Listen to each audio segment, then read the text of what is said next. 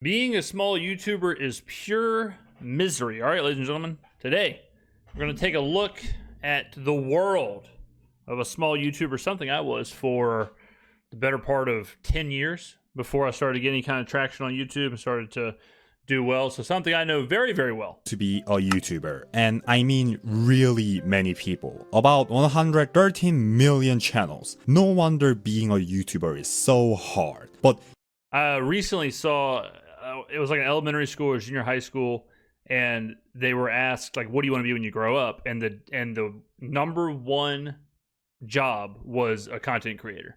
It was beating out, lawyer, doctor, athlete, whatever. Content creator was number one. you know what's harder than being a YouTuber? Being a small YouTuber. It just is. I'm not going to talk about numbers and theoretical reasons why being a small YouTuber is hard, because that's boring and I don't think numbers are that meaningful to small creators. I'm going to talk about more relatable subjects like making thumbnails, titles, the pure misery after seeing my video perform less than average, and also some valuable lessons I learned while struggling being a YouTuber. I mean, so I started YouTube in 2014, I think it was somewhere in that neighborhood. And so the landscape was very different when I was, but like I said, I really didn't get any traction on YouTube until 2022-ish, 2023, somewhere in that neighborhood. So I've kind of seen the whole thing, and then, even live streaming, stuff like that, but I've seen the entire thing. So, like, the way that it was obviously in 2014, 2015, 2016 is not how it would be now, but things are relatively cyclical. If you kind of understand the basics and the fundamentals, then you should be good no matter what the algo or whatever the trends, however they may change. the first obstacle of being a small YouTuber is obviously existing as a small YouTuber. Already this is a losing fight to you. There are three major factors that the viewer consider when clicking a video: thumbnail, title, and views. People True, and then it all changes once the video starts, because then it immediately becomes audio video, and you've got like 5 seconds, 10 seconds or whatever, not 10 seconds, you have like 5 seconds to hook the viewer. Real quick though, like nowadays, small YouTuber or streamer or whatever, the biggest hurdle they face is the commitment. Back in the day, you're going to hear me say back in the day all the time, but back in the day, channels weren't daily, they weren't, they were every other day, every couple days, every week, maybe even a month, monthly uploads, whatever. You can't really do that right now. You can do that if you've already made it, but you can't do it as a small YouTuber. So you have to be willing to do, I would say, at least one video a day for probably a couple months, like 6 months minimum, probably closer to a year, if you want to be serious about this. People ask me all the time what to do, like how to stream, how to make videos. And like for streaming, I always say stream for 2 hours a day for 30 straight days, and then we can talk. Because if you can't do that, same with videos. Make a video every single day on YouTube, upload it, thumbnail, the whole thing for 3 months straight. If you can't do that, it's not going to happen. If you can't do that out the gate, you might as well not even try. Now, the other side of it is a bit paradoxical. The other side of it is that you have to want to do it. Like you have to, whether you get one viewer or 1 million viewers, you have to just enjoy doing it. The process is so, not tedious, but the process, just like any other job or any other hobby or anything, if you don't want to do it, then eventually you're going to fall off. Eventually you're going to have a bad day. You're not going to want to do it. You're going to be, in a weird mindset. If you listen to the greats, like whether it's in hockey or snowboarding or skateboarding, I was watching the Winter Olympics this past year, and every single Olympian said the same thing, that they just kind of did it all day. They either were living near somewhere they could do whatever the sport was, or they did it in their backyard, and they just did the sport every single day because they wanted to. It's not because they were, at practice or they had to or whatever. They could do anything else, but they just wanted to. And eventually they got good at it, and eventually they were Olympians. I've always said, if I hit the lottery, right? If I hit the lottery, all I would do is just build a bigger studio. But that's all I would do. I would just still do videos. I would just still stream. I would still do the same thing. And that's the same with like music producing and things like that. Like Kanye West, he's someone, like, if you go back and look at his early days, he was producing music for absolutely nobody. He was just doing it because he wanted to do it. He just liked doing it. That was just his passion. So when you're competing with the biggest in the space, like if you're doing sports YouTube, you're competing with ESPN, you're competing with Fox Sports, you're competing with Barstool Sports, you're competing with $1 million companies who are throwing so many resources at it. But the one thing you can't buy is passion. So if you can outwork or at least be as consistent as they are, then you've got a fighting shot. But if you're less than them in resources and passion and consistency and uploads and whatever else, like how entertaining do your videos have to be to beat all that? You know, like that's it's too much. It's too much pressure. Really like to watch videos with high views. And I understand that. You're going to use your precious time watching a video. Are you going to watch this reaction video made by a famous YouTuber with million views? Or this random video? If you watch this video, then thank you, I appreciate it, I did my job well as a YouTuber. But most will click this video. That's why when it comes to being a small YouTuber, a common goal is making a viral video. A viral video. This is the key of escaping a small YouTuber. Not only it just boosts all the other videos, which increases your views, but it also gives your channel what path you should go. It will be your guidepost of what content you should make. I had a True, and there's part of it that is a science. The science of it is thumbnail, the descriptions, the title, the even the subject, things like that. Absolutely needs to be studied, or you need to study it as if it was anything else, like data or information. If you need to be testing topics and thumbnails and titles and descriptions and changing things and then going with what works. If you're just throwing stuff at the wall, or you're not paying attention to your thumbnails, or you're not paying attention to your titles, you're not paying attention to your SEO, you're not paying attention to your analytics, then you're doing yourself a disservice. Emmy viral video about the odd ones out's retirement. It had 44,000 views, not a low view, but not that high to be called as a viral video. But still, it was a lot to me. I mean, 44,000 people is like filling almost half of a football stadium. I tried to analyze what I did while making this video, the thumbnail designs, the title and stuff, so that I can make a real viral video. I applied many tips I learned from YouTube gurus, improving from the last video, and that next video, well, didn't do quite well. Not just one video. I mean, 4.6 thousand views is still strong if you're a small YouTuber. A lot of them. But then this random video kind of blew up and got 38,000 views. The point I want to talk about is that you actually can't tell whether your video is improving or not by views, because your audience is so small that your video just randomly gets over 10,000 views or just completely flop, even though you made the video by applying the same tips and methods you heard about. But views are also views and subscriber numbers are like two of the worst data point. Views are really only good to know if the algorithm is picking up your video. But beyond that, it's not going to do too much. If you have a video that gets 100,000 views, but the average view duration is 2 seconds, I would call that a failed video, because the video isn't entertaining enough to hold the average attention span for more than 2 seconds out of 100,000 people. On the other side, if you have a video that's 1,000 views, but has a 5-minute average view duration, that's a way better video, because you held that many people's attention on average for so much longer. So average view duration would be, I think, the starting point of a video.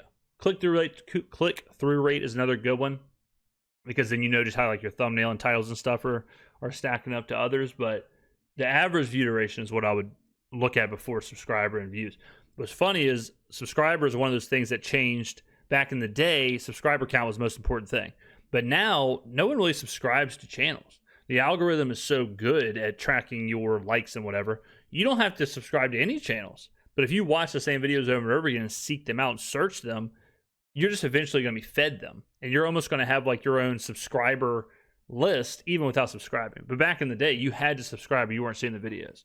So subscriber count's even a thing that's not that big of a deal. I have less than 20,000 subscribers, but I get way more views on average and way better average view duration than channels in the same space with hundreds of thousands of subscribers or 50,000 subscribers or whatever. Because subscriber count isn't that big of a deal anymore. Which leads to more confusing situation. You just can't grasp which part you need to improve or how to improve in the first place. There was this famous quote that Mr. Beast said, "All you need to do is make 100 videos and improve something every time. Do that. And then on your 101st video, we'll start talking, like maybe you can get some views." And I agree with him. You have to get the reps. There's no doubt about it. I remember when I first started YouTube, the first thing I tried was FIFA YouTube. And I was doing back then, it was all about short videos or 5-minute videos, 4-minute videos. Like an entire game would be edited down into 4 minutes. And I did daily uploads for 2 years. It was probably 2 straight years of this. And I was getting 100 views, somewhere in that neighborhood. Sometimes a video would really pop off. But what it taught me was how to edit. And I was editing so much because I was taking these 2-hour, 3-hour chunks of FIFA content, and I'm editing it all the way down to these 4 or 5-minute videos and over the course of 2 years, I just got in this routine of just being able to edit really fast and be really efficient with my editing. Now, FIFA YouTube, I did that for a couple of years before I pivoted more to sports and talk and kind of stuff I do now. I still do gaming stuff and FIFA stuff every once in a while, but this was a tried and true FIFA channel. But that editing stayed the exact same. I still use the same software. So you use the exact same software as I did back then. So the editing process, it's that 10,000 hours thing. You got to put the reps and the hours in.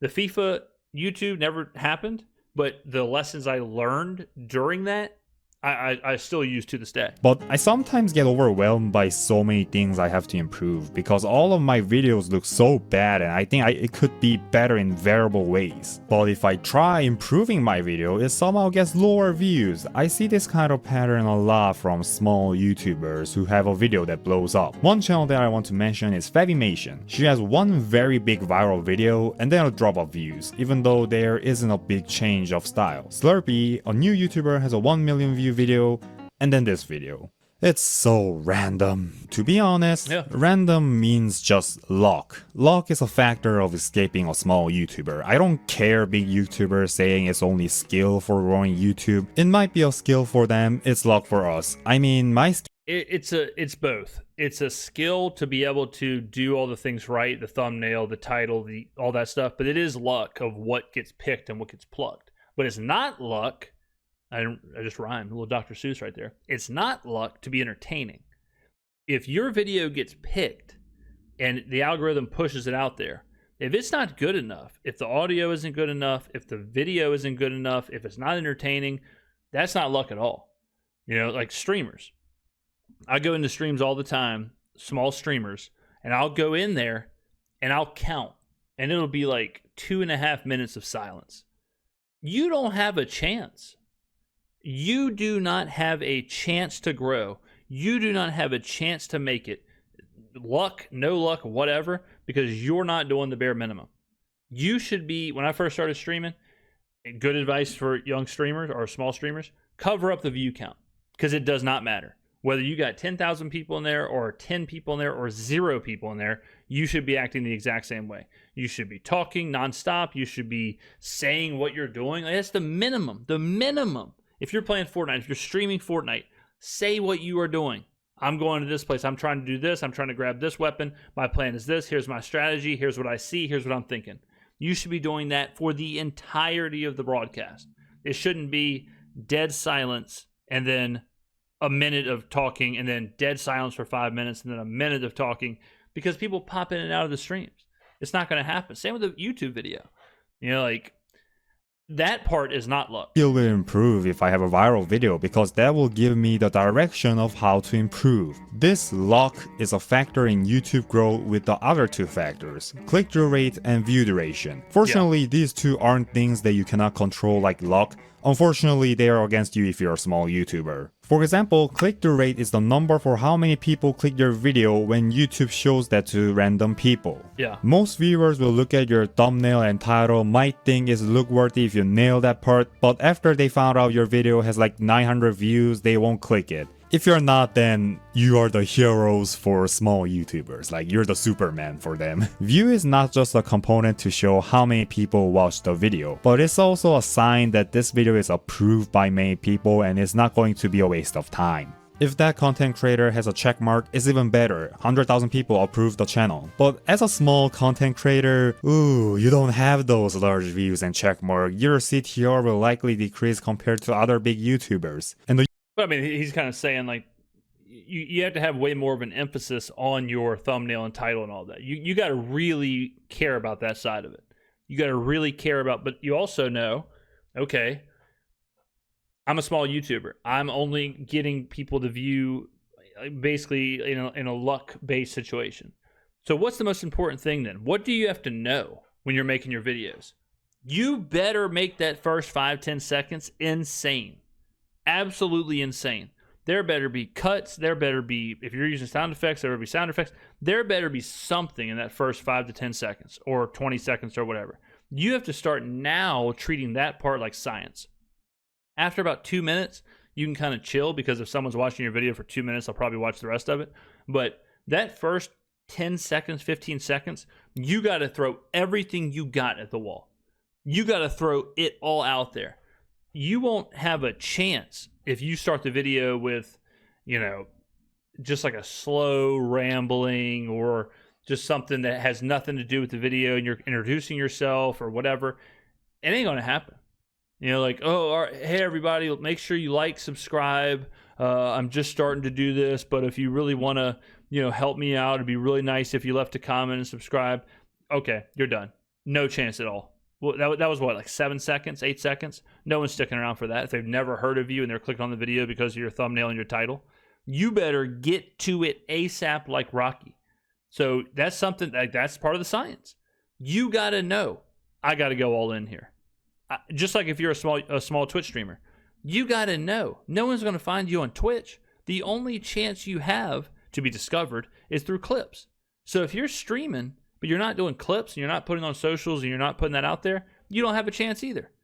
You gotta at least capture the low-hanging fruit if you want a chance to grow it all. YouTube algorithm will look at your 2% CTR rate and just abandon your video. I heard that a good CTR is 8% to 8.5. It's impossible if you're a small creator. It is impossible. The other factor, view duration, is a bit generous than CTR in my opinion, since now the important thing is the actual quality of the video, and there's no check mark that says, oh, this YouTube video is good, you should watch until the end. For those who don't know, view duration is a statistic that shows how many people leave while your video is running. Yeah. So you can see this video starts at 100% and then it goes way down until like 10%. But it's still a bit of confusing statistics to me. I've seen many people saying that the first 30 seconds are the most important to YouTube, but these two videos each have 63 and 62 viewers duration, but have almost 10 times the view difference. Both of them were made by using the tips I learned by YouTube tutorials. But no matter how hard I try, already 10% of my viewers leave at the first 3 seconds. So maybe I'm not doing my job that great. But I keep getting the same viewer duration over and over again. And I started to question myself, am I actually improving? Am I doing what I should do to make my video better? Really frustrating sometimes. But still, even if you don't watch the video till end, subscribing and liking the video really helps. I don't actually really care about view duration. What I really care is how many people like my video per view. And that kind of increased these days. So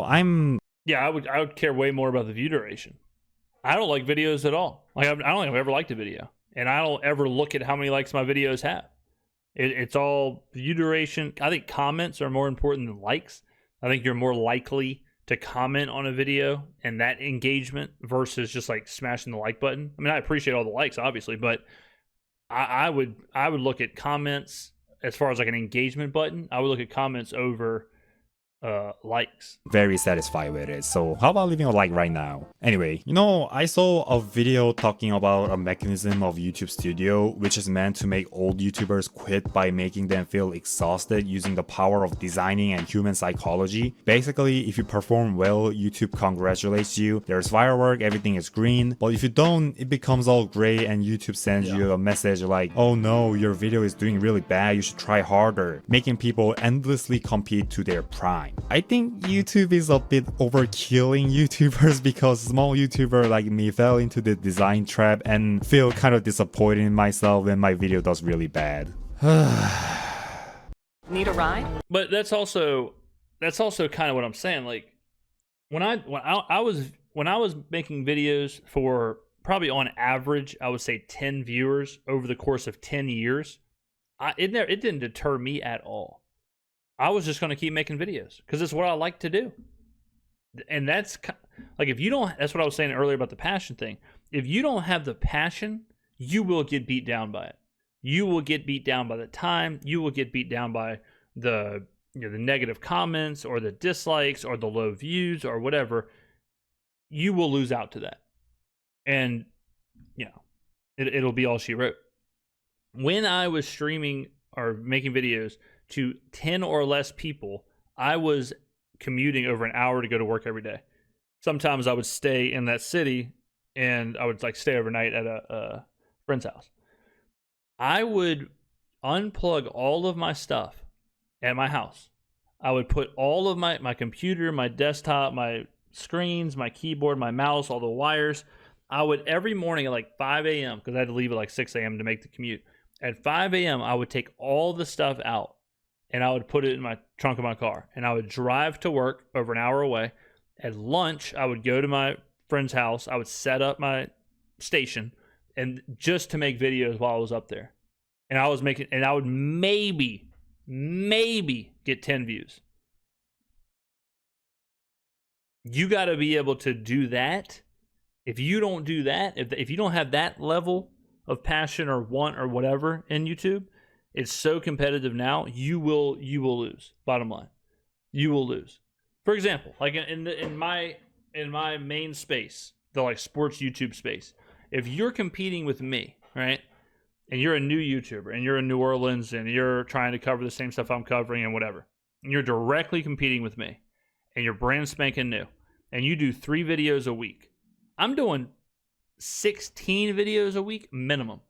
Sometimes it can get up to I did 4 videos a day for 2 straight weeks during the season. That's 20, and then so that's almost 50 videos over 2 weeks, and you're doing 3 a week. No, I don't care how good your content is, you're not going to win. Right? You're just going to get snuffed out in the space. So it's just so competitive now, just like cameras. Back in the day, like Lyric, the gaming content creator, he never had a face cam. And he was the biggest gaming content creator in the world at one point. But now, if you don't have a face cam, there's probably no way you could win. So you got to meet the bare minimum, audio-wise, video-wise, upload-wise, things like that. Thumbnail, title, all that stuff at the very beginning. There is a very high barrier to entry now with all of that. The good news is the lowest barrier to entry is the actual equipment. I remember it was so hard just to get a capture card. Now, Elgato exists. You can get whatever you want for pretty cheap. Cameras are $100, $60, $70 for cheaper webcams, but still very good webcams. All of it now is so cheap. Microphones, Blue Yeti, $80, $90. You could have a 10 out of 10 crisp AF streaming setup or YouTube setup for $250 between the webcam, the mic.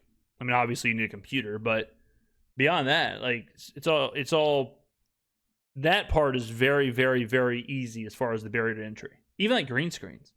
I remember when I first had a green screen, I had to buy this felt material and staple it onto my wall. And then at one point I painted my wall.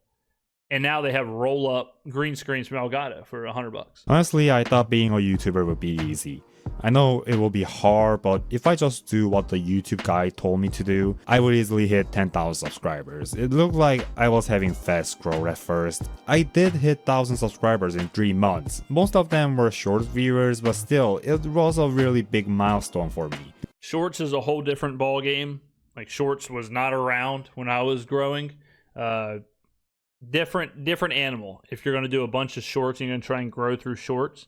Because then obviously like view duration and things like that don't matter as much. I'm talking more for like just good old-fashioned YouTube videos. But since monetization by shorts needs 10 million shorts views, which is really hard, I shifted my content into long-form video. And that's when things got a bit cranky. To some people, I know this view is still a lot, but let's be real, this is nowhere close to taking YouTube seriously. I don't even know what my niche really is. I talk mostly about storytime animators, and the ones that aren't performing are not about storytime. So I thought, oh, I have to make content about storytime animators, and this video didn't do great either, and I just have no clue what my viewers really want right now. Besides all these things happening, thanks to some of my outperforming videos, I got to get my channel monetized. I know most small YouTubers dream are being monetized, and yes, it really feels great to see dollar bills in your analytic page, but I don't think it's a good idea for small YouTubers to think of monetization as an end, because Absolutely not. Absolutely not. I didn't make a dime off of YouTube. Not a dime for 10 years. And yeah, I mean, it's not even, it shouldn't even, and honestly, here's another one. I had the option to be monetized, and I didn't do it because I didn't want ads on my video. Because I knew I was going to make like $1 or $10 or something over the course of 6 months or a year. And I would rather just not have ads, because if you're a small YouTuber, more than likely the second an ad comes up, someone's going to leave your video. So it's like, I would rather just not have ads and let people watch all the way through than worry about making 70 cents a video. So that's something else you got to think about, is do you even want to be monetized? Like, do you even want the ads on your video? Sometimes you don't. You still have to make good content to survive in the YouTube jungle. And look at me, my channel isn't doing great after getting monetized. I actually want to go back before I get monetized and feel those dopamine rush when I got my first 44K video. So the conclusion I made was that the real way to actually escape the small YouTuber is ironically not focusing too much on numbers. I mean, big numbers might look good at first. You shouldn't focus on numbers at all. You should focus on your videos. Like, you should focus on, how can I make more videos? How can I be more efficient with my editing? How can I do this process faster? How can I flood this market? What even is my market? What even is my niche? How can I refine that? How can I make my thumbnails better? How long does it take me to do a thumbnail? Can I do it faster? What are my pain points? Is it writing a script? Can I write my scripts faster? Do I even need a script? Like, all of that needs to be shifted around. All of that needs to be optimized and more efficient. And, like, those are the things that I would look at before I looked at views. I would look at the actual process itself. What YouTube videos do you like watching? Like, what are they doing right? What are they doing right that you're not doing right? Like, things like that. You gotta be self-critical. You gotta be willing to pivot. It's just like a business. You gotta treat it just like any other business. If you have a a liquor store, and you're across the street from a liquor store, and they're getting 10,000 customers a day, and you're getting 100. Okay, what are they doing? Think of everything. Is it how they're decorated? Is it the color of the building? Is it the sales they're running? Is it the layout of the store? Is it what it smells like? Is it what you're wearing versus what their clerks are wearing? Like, it could be anything. There is absolutely a science to content creation, whether it's on social media, shorts, long form, podcast, YouTube, whatever. But they always end up dragging my day into misery in some way. If the video performs well, then I wish it could have gotten better, and if it doesn't, then it's just miserable. Just enjoy making YouTube videos and appreciating what we have now will make my mental state available to make another YouTube video. I focus so much on other big creators that I want to be that I forgot how much 3,000 subscribers really is. Yeah. So don't compare yourself to others. Well, see, I didn't even look at the subscriber count whenever I clicked this video. I saw the video pop up and I said, I'll react to this. I have no idea how many subscribers this guy has. No clue. No clue at all. Others enjoy the process of making video but still have the ambition to grow your channel is what I learned while being a small YouTuber. I might learn more things while in the journey of being a big YouTuber, then I'll make another video about it. Or maybe I'll just retire and become a streamer or something, I don't know. Yeah, I mean, it's all about the journey. It's all about doing what you like, video and like making videos. It's not the numbers, it's not any of that stuff. And I wouldn't factor in any of that for months. For months. And I mean,